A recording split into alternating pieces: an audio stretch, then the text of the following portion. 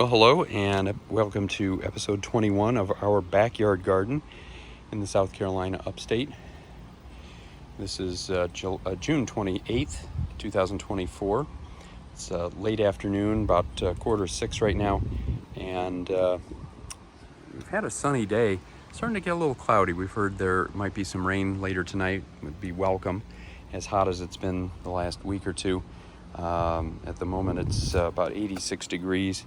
Supposed to go down to about 70 overnight, which will be nice and give our plants a chance to recover from the heat. So I always start on this little hillside. Not much to see here. These are irises that are long since finished. Not too much to talk about right now. Down here, though, we have our cleome forest. These typically look a little better in the morning. This time of day, they tend to get a little bit dried up, but still lots and lots of color, pink and lavender. Also have some daisies in this area. These are never are covered with flowers, but you get a few. They don't last very long either. They tend to kind of wither fairly quickly in the sun. But as we continue down through here, we're actually getting a very nice breeze right now. I haven't had that all day, so timed this out pretty well. Got a yellow knockout rose here. The only downside of this is the flowers are beautiful yellow color when they bloom, but they get bleached out into a white color within usually a few hours. This is another flower, like a lot of the ones in the front yard, that need to be deadheaded. You can see these seed pods here. They are very sizable, and because of that, that is taking all the energy of the plant. So if we had the time to deadhead them, we would. Also doing very well here is our white hydrangea. We have 4 of those going down the hillside. We have ones in the front yard that are pink and blue. These are, of course, just white, but these get huge. These are easily twice the size, maybe 3 times the size of the ones in the front yard, and they're looking as nice as ever. They will get about as large as we let them get, and I always kind of show off my neighbor's exact same flower over here. It's about 12 feet tall to the top. He's starting to get some blooms as well, and we get to enjoy the sight of those. Not a lot else going on the hillside right now. We had Asiatic lilies that are all finished up now. We have one last digitalis. All the rest of our digitalis are finished for the year. We've got some more lilies that are coming up here. We just put these bulbs in this spring, so they'll give us some color in another couple of weeks. Butterfly bush here, still blooming, although I think it's past its prime. It's got the beautiful purple flowers, but I don't think it's going to last a whole lot longer. Same thing with this one. I don't know if you can see that dragonfly that he landed and he took off right away. He doesn't, got a little camera shy, I think. And then got a number of other things, most of which have peaked and are kind of done for the year, like our clematis back on the fence, ground cover rose, another knockout rose here, some more Asiatic lilies, miniature knockout rose here. Needs to be deadheaded, but other than that, it's doing pretty well, better than it did last year.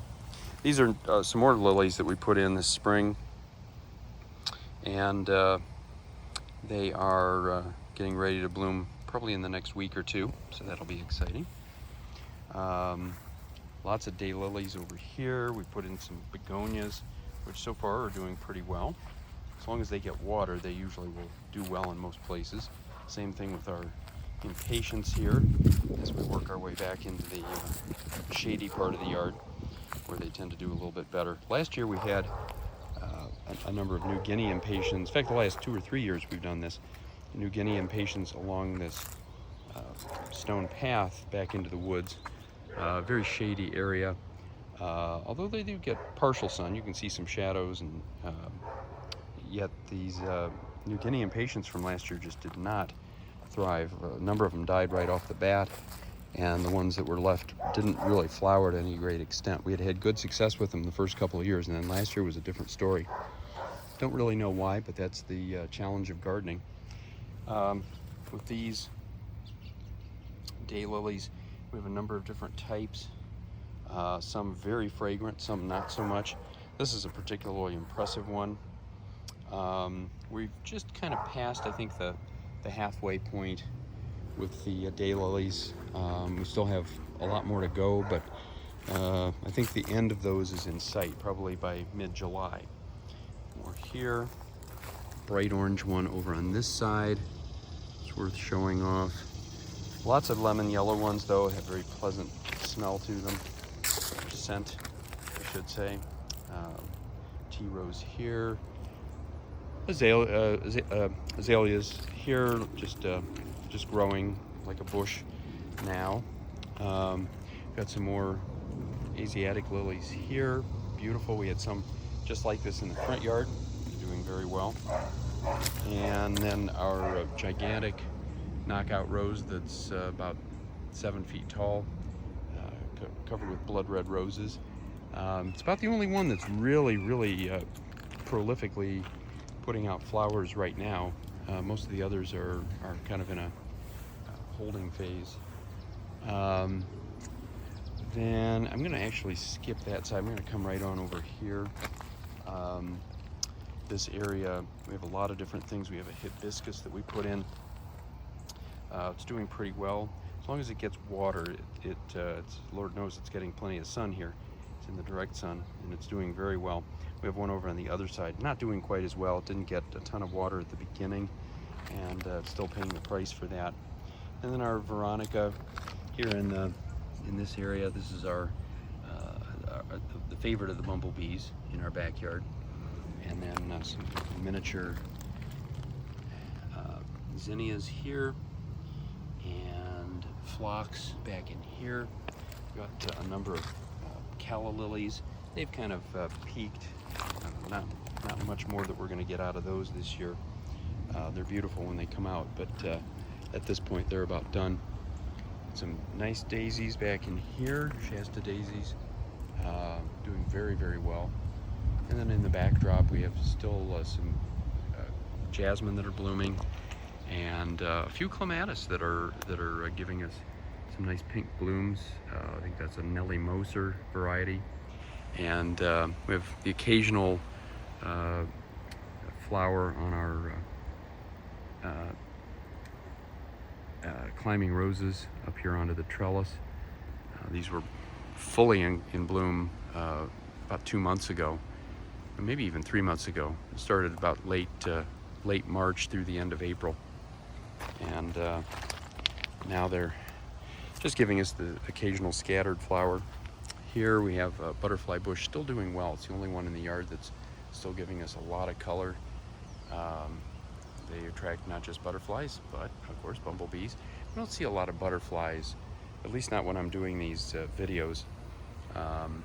It's mostly bees, but they're extremely important, and the fact that they're doing well is really good to see.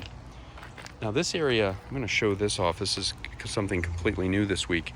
If you've watched any of our previous videos, when I come over to the left side of our backyard, we had a big trampoline here. Well, we have 3 daughters who hadn't used the trampoline in quite some time. So last weekend, right after I did my video, I took it apart, threw it away, and we've put a little bench in with some stones. We tend to have some water accumulate in this area, so instead of it being a big mud pit, we thought we'd put some stones in.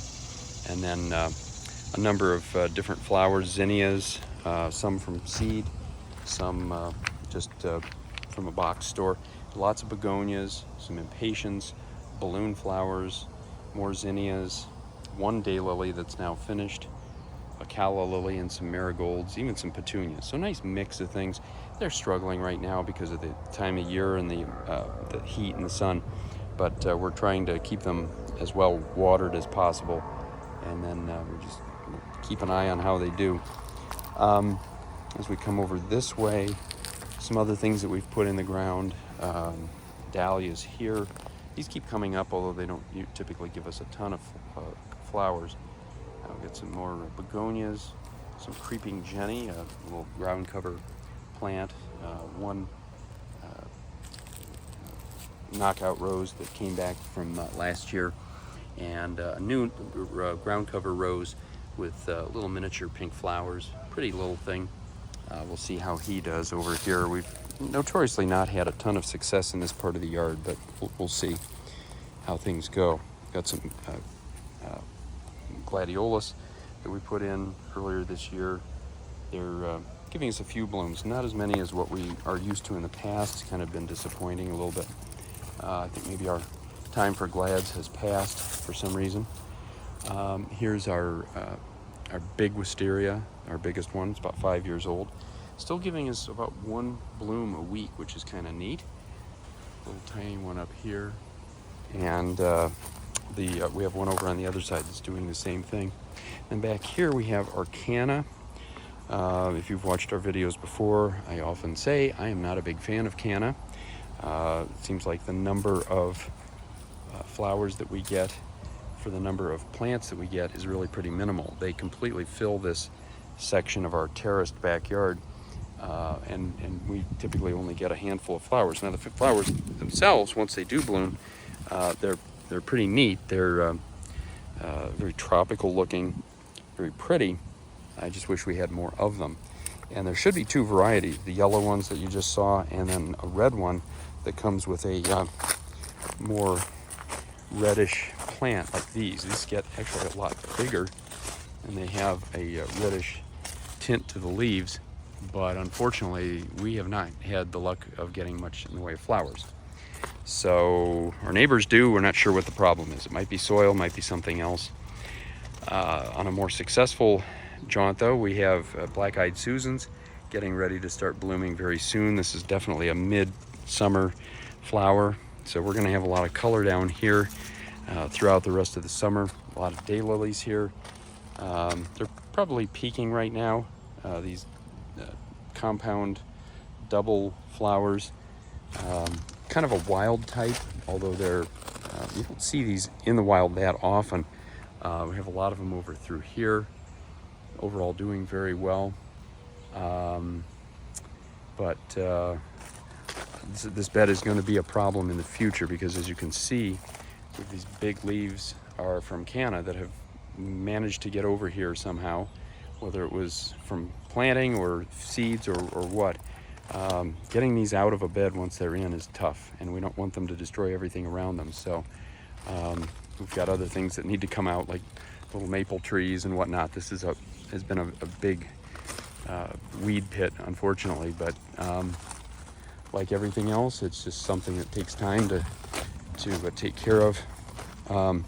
Looks like we actually have some zinnias down here. We did not plant these, but I think they came on their own from seed. Also have some black-eyed Susans, and I'm trying to think what else. I guess that's it. Black-eyed Susans primarily in this area. So we're going to be getting a lot more colors the year progresses, and it's just going to come from a variety of different plants. Now here, as we come back up, you can start to see some of the little tiny roses on this climber.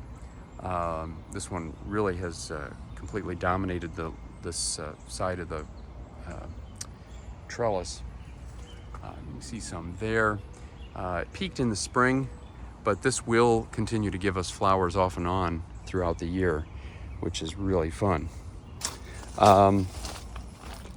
With that, we'll head back up to the house and see what's going on here. We have a little bit shadier spot, a little cooler spot. Again, it dropped about 10 degrees here. It's really nice. Some Veronica, and then phlox. Rose is doing extremely well. Giving you some beautiful blooms. A lot more to come. Yellow knockout here. Some more daylilies in this area. Calla lily here, just about finished up though. and then lilacs, other things that are more spring related, and little calla lily there sort of hanging on. A lot of this is finished up. Still some beautiful daylilies, lots of different colors, but they won't probably be done within another week or so. As I look, I'm not seeing a lot of buds left, a handful, but not a lot. Another one of these pink climbing roses here. It's getting its second wind. You can look closely and see a lot of buds. So we're going to have a lot of flowers before too long. This thing has just been massive. It's probably the single biggest flower plant that we have in the entire garden. We also have a few tomatoes under the porch. Not as many as we had last year. We let them come back up from seed, and we do have quite a few plants, but not as many as we once did. And that brings us back to the top. We got a couple hostas here, still giving us a few flowers, but they're almost done as well. Thought I'd show off under our hammock. Kind of hard to see, but we do have a couple of tomatoes back in here that are growing. There'll be another few weeks before we actually get tomato fruit, but that's about it. More of the cleome here growing out of the stones in our fire pit, and they're everywhere. Their seeds have been very prolific and really giving us a lot of plants, which has been a lot of fun, including, I forgot to show this one earlier, this one growing up out of the concrete in the middle of our driveway and sidewalk, doing very well. This is as large as any that we have.